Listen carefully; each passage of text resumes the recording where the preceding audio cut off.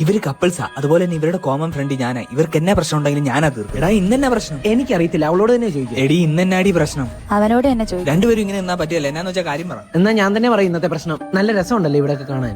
എടാ എന്നോട് എന്തെങ്കിലും നിനക്ക് പറയാനുണ്ടോ? ഒന്നുമില്ല. എടാ കുഴപ്പമില്ല, കാര്യം എടി ഒന്നുമില്ല. കാര്യം എനിക്കറിയാം, നീ പറഞ്ഞു. ഇപ്പൊ ഞാൻ എന്നാ പറയാത്തെ? കഴിഞ്ഞ ദിവസം ഞാൻ രേഷ്മയോടൊന്നും മിണ്ടിയായിരുന്നു, അതാണോ? അപ്പൊ ഇതായിരുന്നല്ലേ നിന്റെ പരിപാടി? എന്നെ ചതിക്കുമായിരുന്നല്ലേ? എന്ത് ചതി? വഴി വെച്ച് കണ്ടപ്പോ ഞാൻ നീ മിണ്ടിയതാ. എന്നാ വേണേലും കാണിച്ചോ. നീ അവളെ കെട്ടി അവളുടെ കൂടെ ജീവിച്ചോ. ഞാൻ ഇനി എന്തിനാ?